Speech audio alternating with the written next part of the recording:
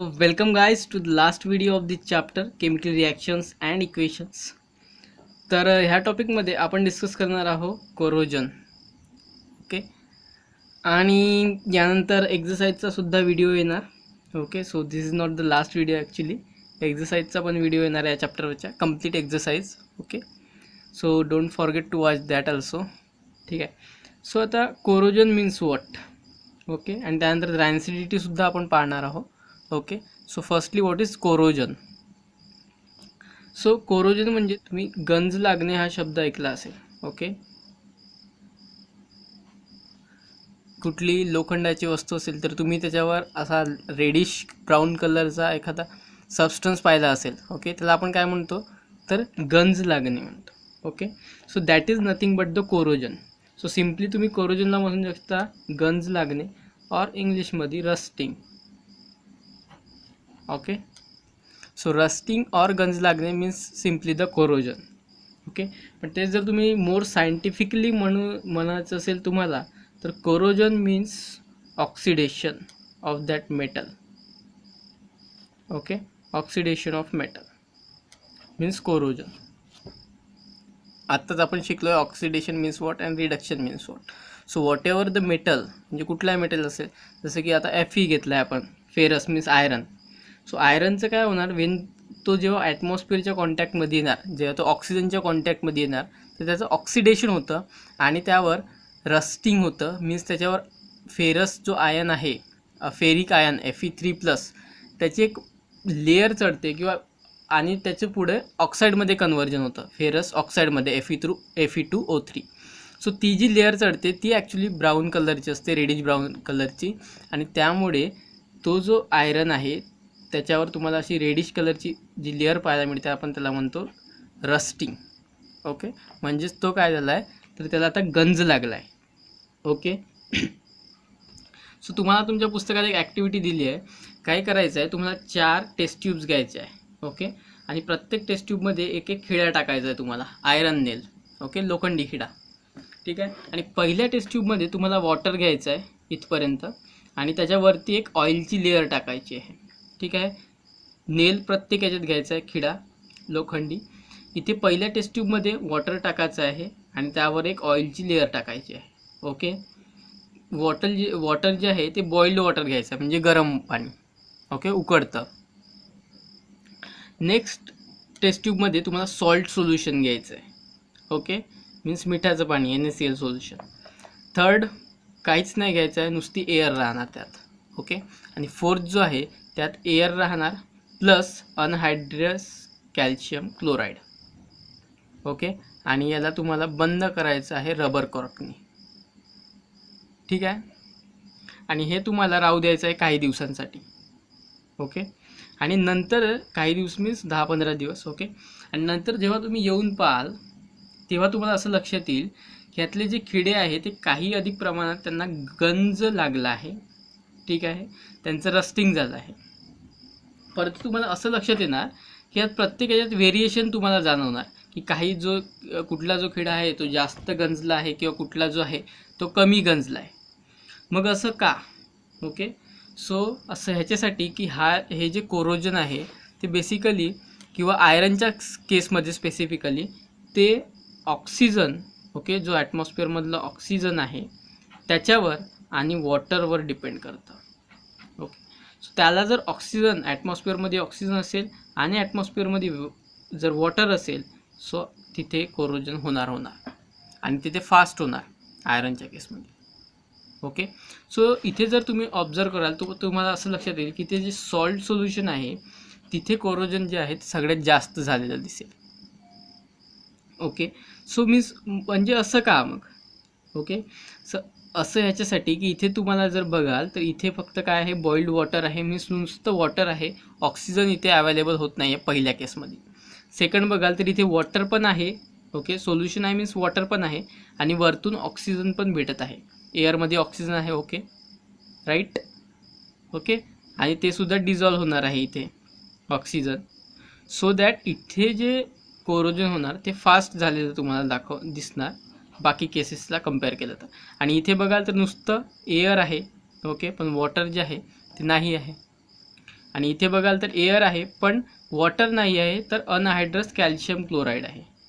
Okay, म्हणजे दोन्ही factor जेव्हा असतील बोथ ऑक्सिजन आणि वॉटर, तेव्हाच आयरनच्या केसमध्ये कोरोजन होणार.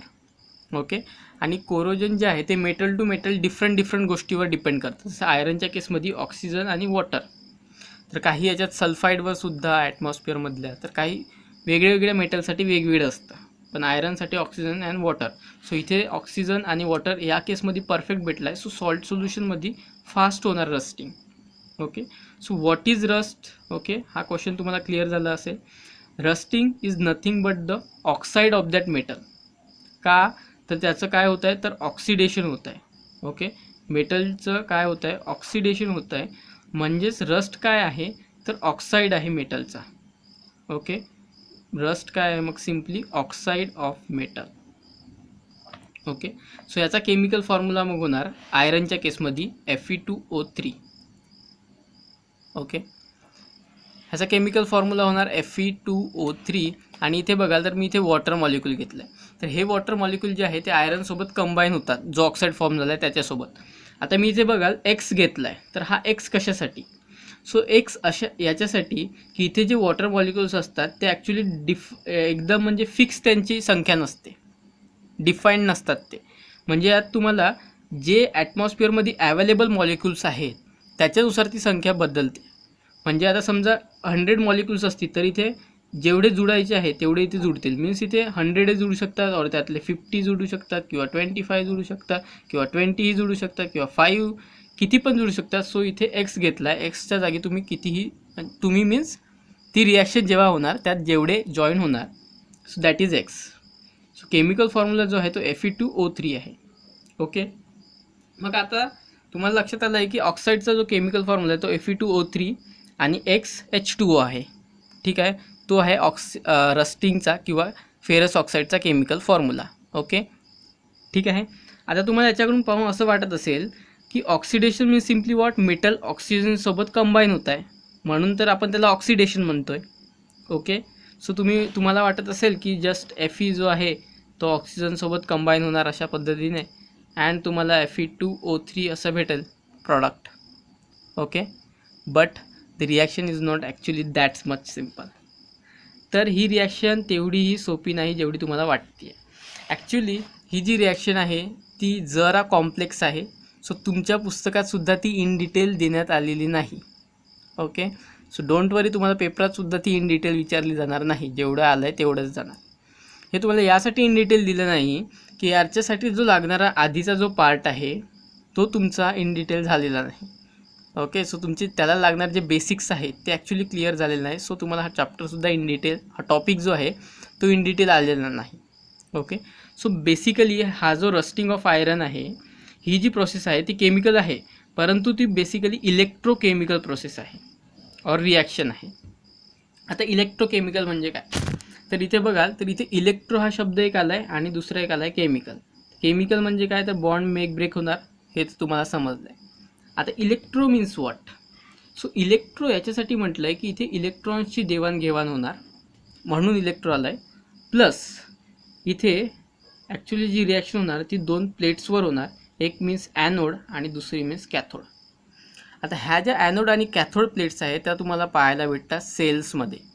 जे आपण सेल्स वापरतो ना घड्याळीमध्ये, किंवा ज्या बॅटरीज आपण वापरतो, ओके, छोट्या, तर त्यांच्यामध्ये बेसिकली असे सेल्स जे प्लेट्स असतात त्यांना इलेक्ट्रोड्स म्हणतात. ओके, इलेक्ट्रोड्स म्हणतात सायंटिफिकली तुम्ही बोलाल तर त्यातला जो पॉझिटिव्हली चार्ज असतो त्याला म्हणतात ॲनोड, आणि जो निगेटिव्हली चार्ज असतो त्याला म्हणतात कॅथोड. ओके, आणि हा जो ॲनोड आहे त्यावर होतो ऑक्सिडेशन, आणि जो कॅथोड आहे त्यावर होतं रिडक्शन. ओके, सो हे ऑक्सिडेशन रिडक्शन कुठे, तर ॲनोड कॅथोडवर, म्हणजे पॉझिटिव्ह इलेक्ट्रोड आणि निगेटिव्ह इलेक्ट्रोडवर इन्व्हॉल्व असतं. ओके, प्लस इथे bond making and breaking involve असतं.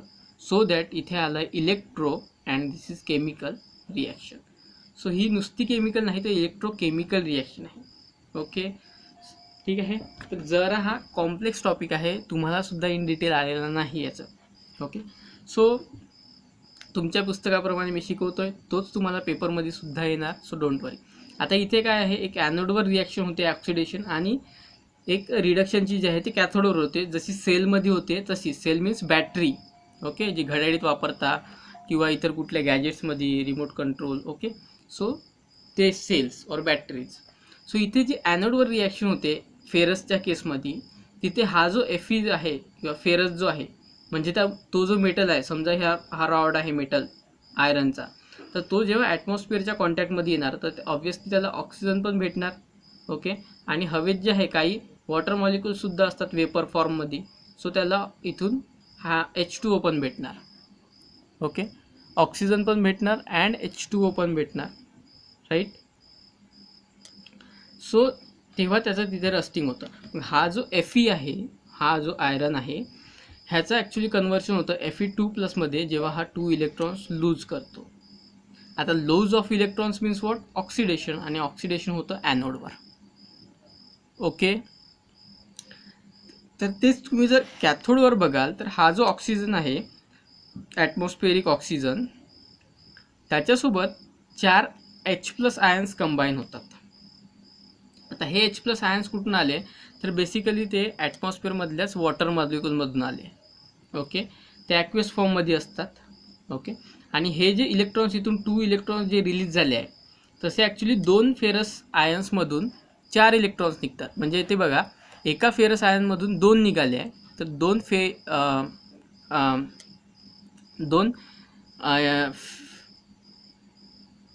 जसं इथे बघाल, एका ॲटममधनं 2 इलेक्ट्रॉन्स निघाले आहे, सो 2 ॲटममधून 4 इलेक्ट्रॉन्स निघतील, आणि ते 4 इलेक्ट्रॉन्स मग इथे पार्टिसिपेट करून इथे बघाल तर वॉटर मॉलिक्यूल फॉर्म होतो आहे, ओके.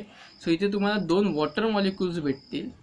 कुठनं भेटले, तर ॲटमॉस्फेरिक ऑक्सिजन जो आहे तो हायड्रोजनसोबत आणि इथल्या इलेक्ट्रॉन्ससोबत कंबाईन होऊन वॉटर मॉलिक्यूल फॉर्म करतो आहे, ओके. आणि मग फायनली ह्यातच हा जो Fe2+ फॉर्म झाला आहे, हा अगेन, म्हणजे याला म्हणतात आपण आता फेरस, ओके, Fe2+. तर हा अगेन Fe3+ कन्वर्ट होतो एक इलेक्ट्रॉन लूज करून, ओके. सो इथे अगेन ऑक्सिडेशन होतं, जे की ॲनोडवर होतं, ओके. आणि हा जो Fe3+ फॉर्म झाला आहे त्याला म्हणतात rust, okay. This is called as the rust. And then this Fe3+ जो आहे तो ह्या वॉटर मॉलिक्यूलसोबत कंबाईन होतो, कुठल्या तर कॅथोडवरच्या, ओके. आणि इथे तुम्हाला Fe2O3 H2O + 6 H+ आयन्स भेटतात, ओके. आणि हे जे H+ आयन्स आहेत ते अगेन इथे पुन्हा ह्या रिॲक्शनमध्ये यूज होतात, ओके. सो ओव्हरऑल मी पुन्हा तुम्हाला एकदा ही रिॲक्शन सांगतोय बघा. होतं काय आधी, तर जो आपल्याकडे आयरन आहे, ओके, तो आधी त्याच्या इलेक्ट्रॉन्सला लूज करून Fe2+ स्टेटमध्ये जातो. ही फर्स्ट स्टेप ऑक्सिडेशनची. नेक्स्ट काय होतं, तर जो ॲटमॉस्फेरिक ऑक्सिजन आहे, म्हणजे ॲटमॉस्फिअरमध्ये असणारा, तो 4 H+ आयन्ससोबत कंबाईन होतो, जे की कुठून येतात, अगेन ह्या रिॲक्शनमधून येतात, ओके. आणि काही जे आहे ते वॉटर मॉलिक्यूल ब्रेक होऊन मिळतात ते असतात, ठीक आहे. सो इथले सपोज इथे हायड्रोजन्स आले, आणि हे जे इलेक्ट्रॉन्स आले ते अगेन इथून आले, म्हणजे एक ॲटम जो आहे तो 2 इलेक्ट्रॉन देतोय, सो 2 असे फेरस आयन्स 4 इलेक्ट्रॉन्स देतील, सो ते 4 इलेक्ट्रॉन्स इथे इन्व्हॉल्व होतील, आणि यांचं मिळून टोटल बनणार एक वॉटर मॉलिक्यूल, ओके. ही सेकंड स्टेप. आणि थर्ड स्टेपमध्ये होणार, हा जो फेरस आयन आहे, ओके, तो अगेन फेरिक आयनमध्ये कन्वर्ट होणार एक इलेक्ट्रॉन लूज करून, म्हणजे इथे ऑक्सिडेशन होणार. आणि हा जो आहे त्याला म्हणतात रस्ट, आणि हा जो रस्ट आहे मग, म्हणजे एक इथला आला आहे आणि एक इथला आला आहे, म्हणजे फायनल प्रोडक्ट ऑक्सिडेशनचा हा आहे आणि फायनल प्रोडक्ट रिडक्शनचा हा आहे, आणि हे दोन्ही फायनल प्रोडक्ट कंबाईन होऊन मग इथे बनतो Fe2O3 H2O, ओके, जो की आहे फेरस ऑक्साईड, और that is the reddish brown कलरचा जो ऑक्साईड फॉर्म होतो ने तुम्हाला दिसेल त्यालाच म्हणतात फेरस ऑक्साईड, ठीक आहे. So this is about the corrosion. So that is the corrosion. So corrosion इथे डेफिनेशन दिली आहे बघा, ह्या रिॲक्शन्स मी एक्सप्लेन केले आहे तुम्हाला. So due to various components of atmosphere, oxidants of metal, oxidation of metal takes place, okay. Various component कुठलेही असू शकतात ते, metal to metal different. So oxidation of metals takes place, okay, and that is lead to the or resulting in damage, ठीक आहे, damage होतं, this is called as the corrosion, ठीक आहे. Next question आहे, what are the how are the black and silver utensils and प्लॅटिनेटेड, sorry इथे पेटिनेटेड झालं आहे बघा, इथे प्लॅटिनेटेड पाहिजे, एल पाहिजे इथे, ओके, PLA, सो ही प्रिंटिंग मिस्टेक आहे. सो प्लॅटिनेटेड ब्रास युटेन्सिल्स क्लीन, म्हणजे जे सिल्वरचे भांडे असतात त्यांवर काळी परत चढते, किंवा जे ब्रासचे भांडे असतात त्यांवर ग्रीनिश मीन्स हिरवी अशी लेअर चढते, तर त्यांना कसं साफ केलं जातं. तर इथे बघाल हा जो सिल्वर आहे, ओके,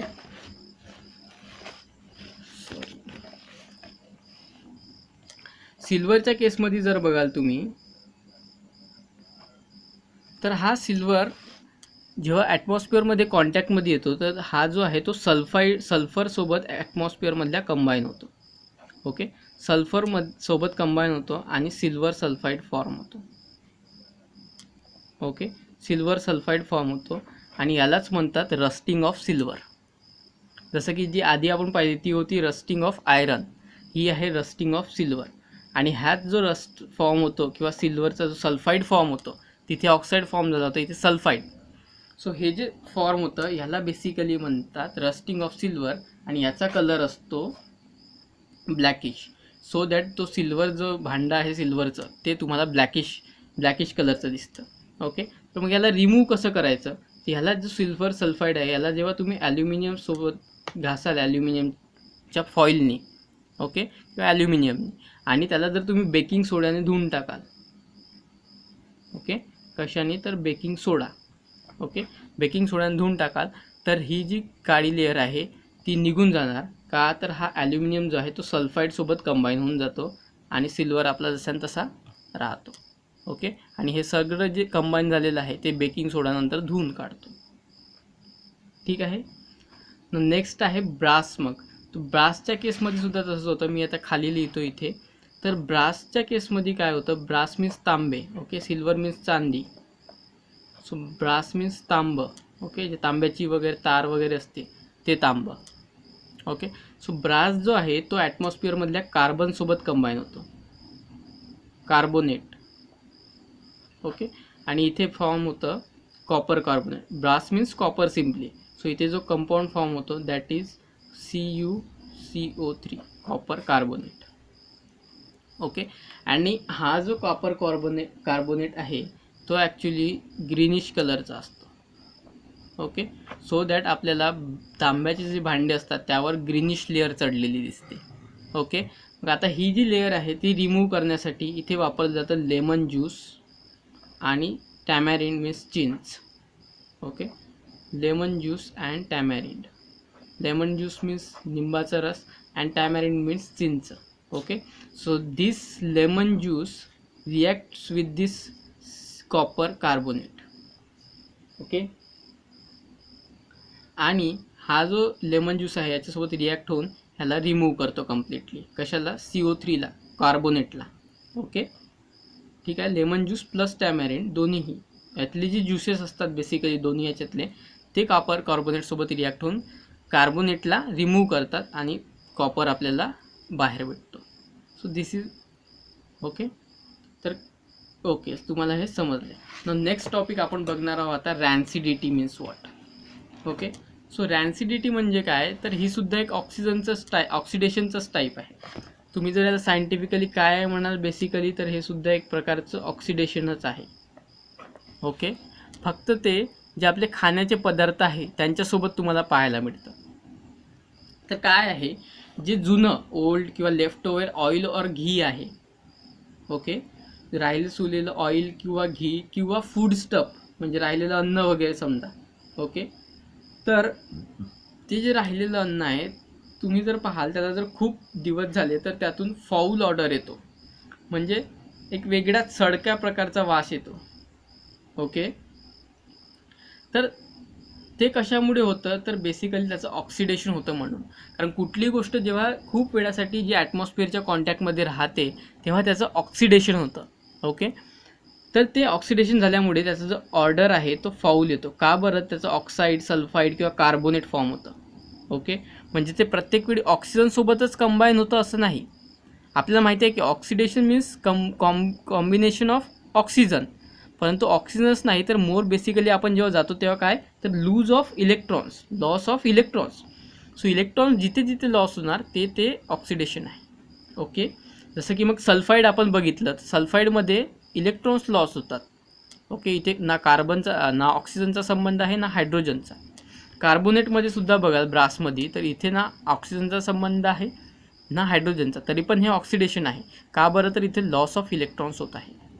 ओके, सो इथे सुद्धा ऑइल किंवा घीच्या केसमध्ये किंवा जे राहिलेलं अन्न आहे, ओके, फूडस्टफ, तर ते जेव्हा जास्त वेळेसाठी ॲटमॉस्फिअरच्या कॉन्टॅक्टमध्ये येतात तर त्यांचंसुद्धा ऑक्सिडेशन होतं आणि त्यांचा जो ऑर्डर आहे म्हणजे स्मेल, ओके, ती फाऊल मीन्स सडक्या अशा याची यायला लागते. ओके, सो त्याला म्हणतात बेसिकली रॅन्सिडिटी. ओके, आणि त्या म्हणतो की ते रॅन्सिड झालं आहे. ओके, म्हणजे खराब झालं आहे सिम्पली आपल्या भाषेत. ओके, सो त्याला म्हणतात रॅन्सिडिटी ऑर रॅन्सिड झालं आहे. ठीक आहे. Okay, so what is basically rancidity then? Okay, so रॅन्सिडिटीची सिम्पल डेफिनेशन करता येईल की when we use old or leftover cooking oil for making food stuff it is found to have foul order called rancidity. Simply म्हणजे scientific अशी काही definition नाही, just rancid or foul order येते, that is nothing but the rancidity. मग हे थांबवायचं कसं तर 2 उपाय दिले आहे. बाय युजिंग अँटीऑक्सिडंट्स, तुम्ही अँटीऑक्सिडंट्स यूज करू शकता म्हणजे त्याचं ऑक्सिडेशनच तुम्ही होऊ देत नाही. ओके, तर त्याचीच अँटीऑक्सिडंट्स म्हणजे काय, जसं की ऑक्सिडंट्स न होऊ देणारे अँटीऑक्सिडंट्स, ऑक्सिडंट्सच्या अपोजिट काम करणारे, अँटी त्याला अपोज करणारे. ओके, ऑक्सिडंट्स माहिती आहे तुम्हाला, ऑक्सिडंट्सच्या अपोजिट काम करणारे अँटीऑक्सिडंट्स. सो ऑक्सिडंट्स यूज करून तुम्ही प्रिव्हेंट करू शकता रॅन्सिडिटीला. दुसरं काय करू शकता तर तुम्ही स्टोअर करू शकता इन एअरटाईट कंटेनर, म्हणजे जिथे हवा आतमध्ये येणारच नाही, म्हणजे हवेतले जे सल्फाईड, कार्बोनेट आहे किंवा ऑक्सिजन आहे ते आतमध्ये येणारच नाही. सो दॅट रॅन्सिडिटीला आपण थांबवू शकतो. Okay, so that is nothing but the rancidity. So I hope की तुम्हाला हा टॉपिक आता क्लिअर झाला असेल. Okay, corrosion and rancidity. Okay, आणि तुम्हाला जर या चॅप्टरविषयी काहीही क्वेरीज असल्या तर प्लीज खाली कमेंट सेक्शन आहे व्हिडिओच्या, कमेंट बॉक्समध्ये मला कमेंट्स टाका, मी तुम्हाला नक्की आन्सर देईल त्याचं, किंवा वाटल्यास तुम्हाला त्यावर सेपरेट व्हिडिओसुद्धा बनवून देणार. ओके, पण तुम्ही तुमच्या कमेंट्स काय आहे, काय क्वेरीज आहेत, तुम्हाला प्रश्न काय आहे तर तिथे कमेंट बॉक्समध्ये टाका. ओके, आणि आवडलं असेल तुम्हाला मला शिकवणं तर चॅनलला सबस्क्राईब करा, सो दॅट तुम्हाला अपडेट्स मिळत राहतील काय नवीन व्हिडिओज येतात ते. ओके, बेल आयकॉनला प्रेस करा, लाईक करा आणि मित्रांसोबतसुद्धा शेअर करा, सो त्यांनासुद्धा हे फायदा होणार. Okay, so that's all. Thanks for watching.